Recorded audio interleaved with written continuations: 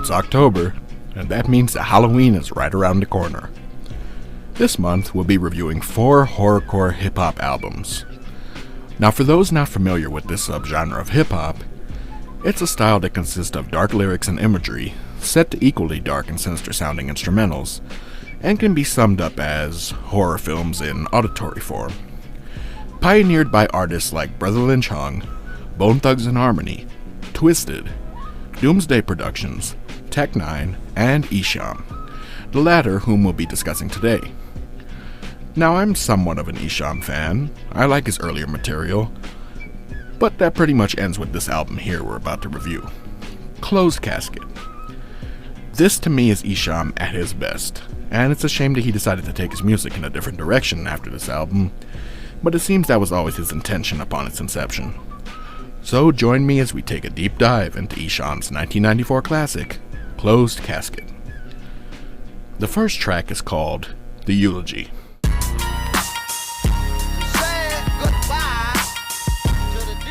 This is pretty much just a skit to lay the premise for the album, but the beat is really dope. Nothing much else to say here, on to the next song. The second song is called The Wicked Shit Will Never Die. 1, 2, 3, 4, 5, 6, 6, 6. Here come the voodoo. Watch your gun. This is a dope way to start the album. The beat has that old school vibe with sinister bass line that lays the foundation the track is built on. The song is a perfect example of what horrorcore hip-hop sounded like in the early 90s. Wicked lyrics, wicked flow. I give it an 8 out of 10. The next song is called My Homie Got Shot. Another dope-ass beat. The dark church bell in the melody is really sick. As the title states, Esham details how he awoke on a Sunday morning with bloodstains on his clothes, recollecting how some guys ran up on him and his homie the night before and shot and killed his friend. He decides to retaliate, but before he can, he gets shot and killed himself. Pretty decent song. I'll give it a 7 out of 10. The next song is called Mental Stress. Again, another song that speaks for itself with the title. The beat is really sick though. I love these dark style boom bap beats from the early 90s. Esham discusses the mental stress of trying to survive the savage nature of the streets, and that's pretty much it. I give it an 8 out of 10. The next song is called Can't Take It With Ya. This is another good track here. The hook says it all. Before Esham can even begin to get started, it states, all that shit that dope might get you can't take it with you. Really posing a sobering question for those involved in the drug game. Is the prospect of owning material things worth the danger you put your life in? I give it an 8 out of 10. The next song is called Brainwashed.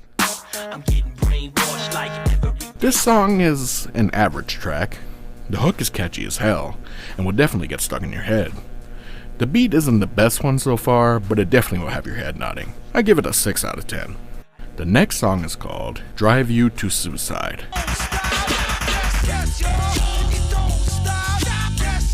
This beat has a dope guitar sample, and some vocal samples as well. I think I hear a sample of Flavor Flav's voice in there somewhere if I'm not mistaken. The bass line is really sick too. As you probably suspected, this song is about being driven to suicide, and ends with Esham killing himself, declaring that he doesn't have to deal with the pain anymore. Pretty decent song. I give it an 8 out of 10. The next song is called Chatty Ass Nigga. Now this is my favorite track thus far. This beat is just fucking ill, and Esham's flow has been on point the entire album, but I really like how he brings it here with his cadence. I give it a 9 out of 10. The next song is called Slug from a 4.5. This song is okay. Not the greatest, but definitely not bad. The beat is driven by a distorted guitar, and it's pretty cool sounding. I wouldn't skip it if I was listening to the whole album, but it also wouldn't be one that I would skip ahead to either. I give it a 7 out of 10. The next song is called Was It Something I Said?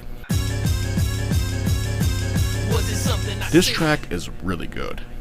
The beat is sick, and so is Esham's cadence and flow. My only problem with it is that it's too fucking short. clocking in at just under a minute at 50 seconds. I'll give it a 9 out of 10. The next song is called Flatline.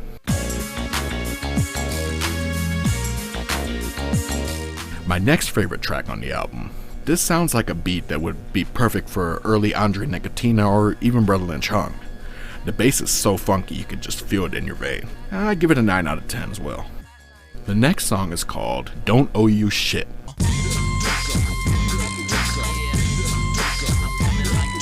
This song is the first real low point for me.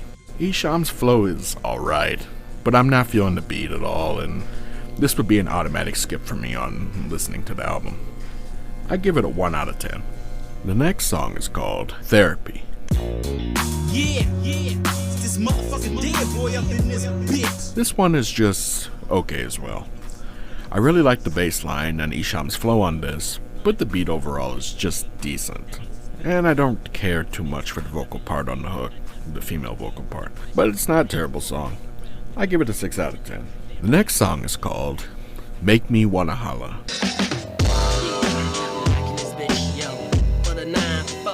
This one starts off chill, making you think you're about to get a laid-back jazz track, but the beat quickly switches up into more of a G-funk style.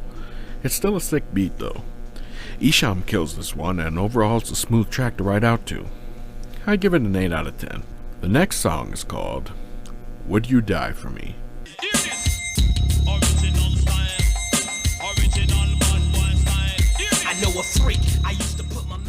This track's another good one.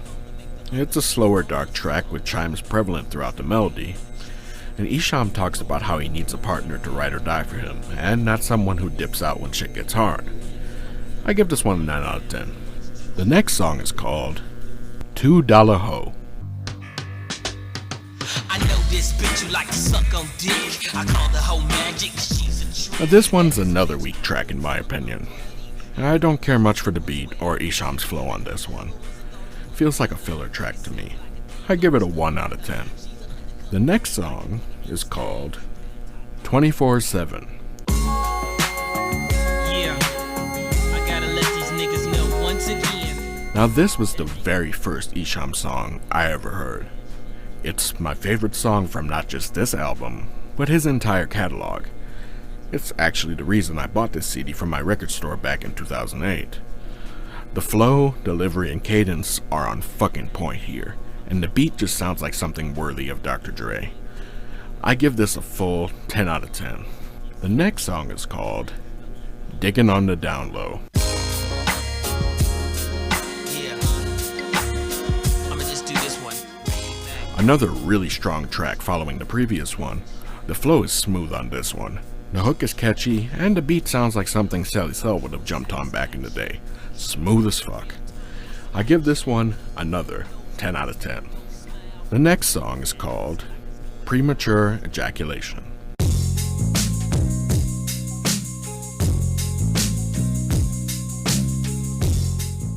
Don't let the title deceive you.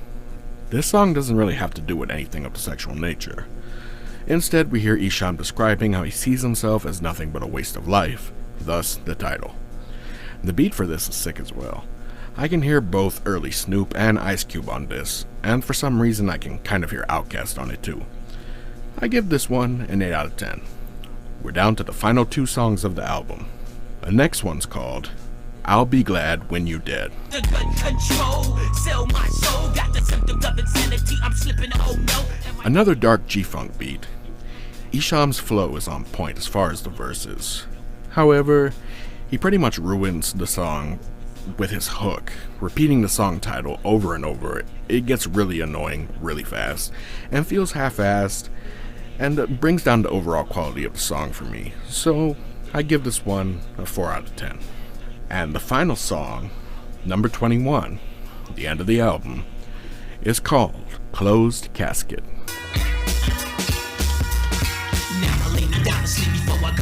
Now this is a track worthy of ending an album like this. I could hear maybe Cypress Hill on something like this. The beat is dark as hell, and really sounds like a final descent into hell. Esham's flow and delivery are perfect on this one, and I give this one another 10 out of 10. Now this is usually where I would list the producers involved with each individual song, But in this particular case, there's only one other person to list, and that's executive producer James H. Smith, Esham's brother.